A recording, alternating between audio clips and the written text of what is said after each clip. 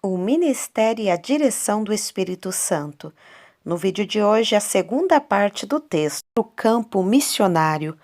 Aqueles missionários que foram enviados sem a direção de Deus, aqueles que se auto-intitulam missionários. O texto do pastor Eliseu Queiroz de Souza foi publicado no jornal Mensageiro da Paz em junho de 1975. Seja bem-vindo ao Diário Pentecostal Historiando, análise histórica e crítica sobre o movimento pentecostal brasileiro. Se inscreva no canal e siga nossas redes sociais. O povo que não conhece a sua história está condenado a repeti-la. O campo missionário.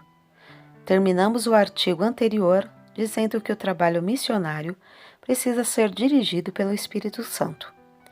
Este assunto de missões é de suma importância e acha-se em pleno desenvolvimento. O fundador de missões, todos sabemos que foi Jesus Cristo. No sentido restrito, missionário é uma pessoa designada para levar a mensagem em terras estrangeiras. Cristo fundou um colégio missionário, preparou seus discípulos pensando no mundo e não na Palestina somente, embora eles nada soubessem disso. Cristo foi realmente o maior missionário que este mundo já viu. Ele não era deste mundo, mas vejo como o grande enviado de Deus. Depois de haver preparado os seus discípulos e realizado a obra da redenção do homem perdido, voltou para o céu. Mas antes de sua partida, disse aos seus discípulos: Ide por todo o mundo e pregai o evangelho a toda criatura. Marcos 15:15. E passagens paralelas. Assim como vemos que a obra missionária nasceu com a Igreja e a missão da Igreja é a da evangelização do mundo, não pode haver missão sem Igreja. Os missionários são membros de igrejas locais. De outro modo, não poderiam ser chamados missionários. Eles são enviados e mantidos pelas igrejas que os enviam. De modo que missão e igreja são uma só coisa.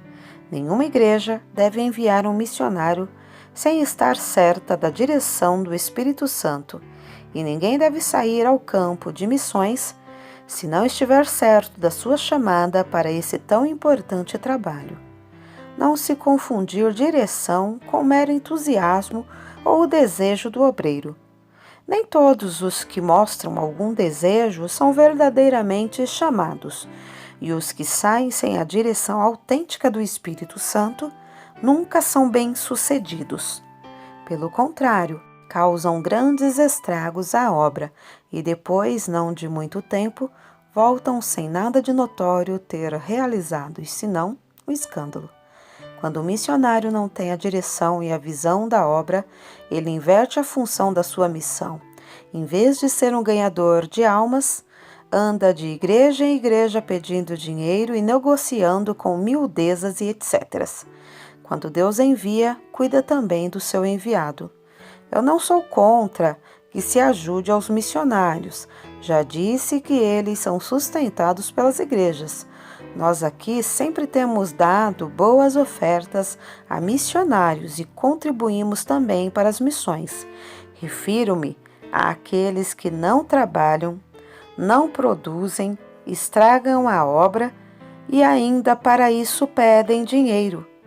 Tem-se posto muito dinheiro fora, sustentando pessoas enviadas fora da direção do Espírito Santo, enquanto outros que foram enviados por Deus trabalham e a obra prospera. Finalmente, voltam e procuram as igrejas que os enviaram a fim de que elas o sustentem, mesmo sem trabalhos e sem igreja. Enviar missionários não é brincadeira.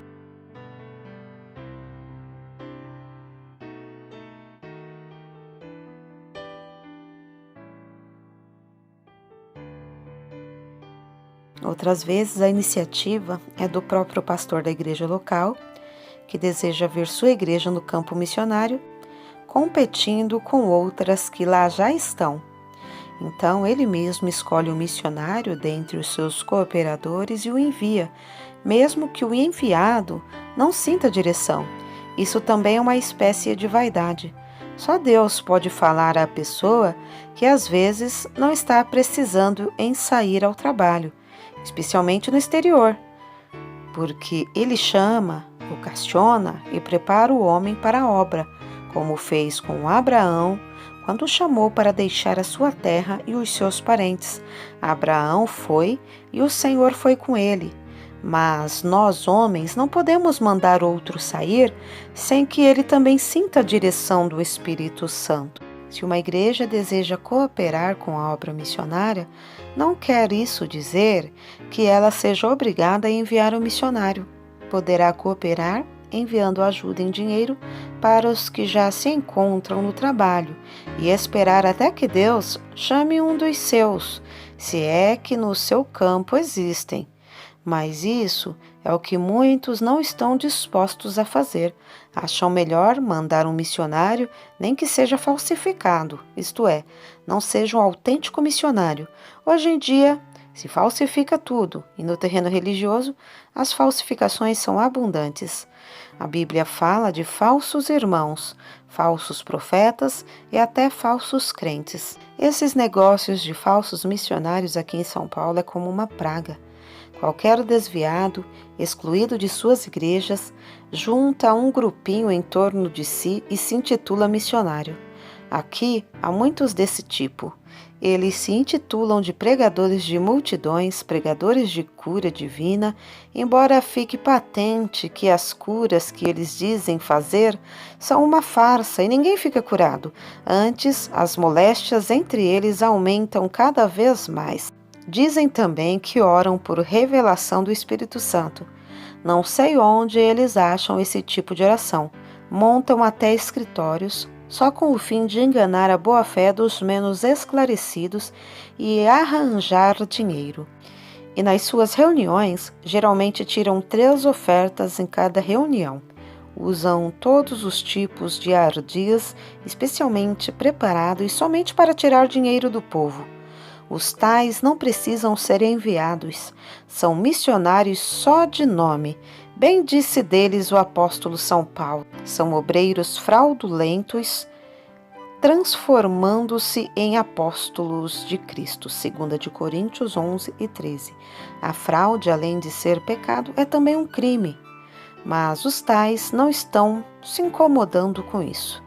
Meus irmãos, eu acho que uma das principais causas do aparecimento de tanta coisa errada no seio da igreja é a consagração de pessoas fora da direção do Espírito Santo.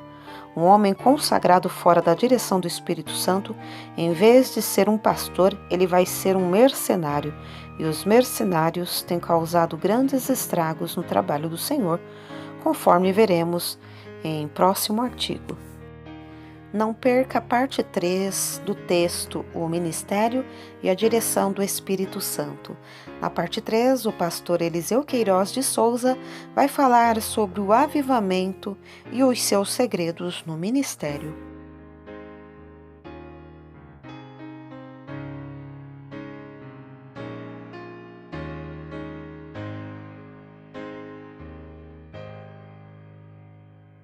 Porque nada podemos contra a verdade, senão pela verdade. Segunda carta aos Coríntios 13 e 8.